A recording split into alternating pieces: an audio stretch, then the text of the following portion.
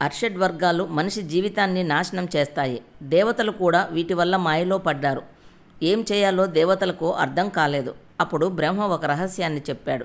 ఈ అర్షడ్ వర్గాలను జయించాలంటే ముందు విఘ్నేశ్వరుడిని ఆరాధించాలి. ఎందుకంటే గణపతి మనసుని స్థిరం చేస్తాడు. ఆయన దృష్టి ఉంటే ఈ 6 శత్రువులు మన మీద ఆధిపత్యం చెలాయించలేవు. అందుకే ప్రతి శుభకార్యానికి ముందు గణపతిని పూజిస్తాం. మన లోపలి అడ్డంకులను తొలగించమని కోరుకుంటాం.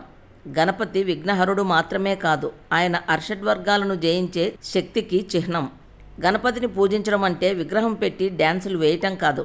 మనస్ఫూర్తిగా దేవుడిని ఆరాధించి మన కోరికను విన్నవించుకోవాలి.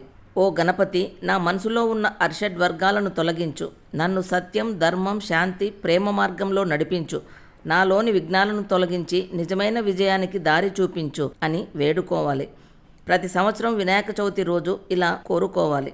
మనకు గణపతి ఆశీస్సులు ఎప్పుడూ ఉంటాయి. Thank you friends.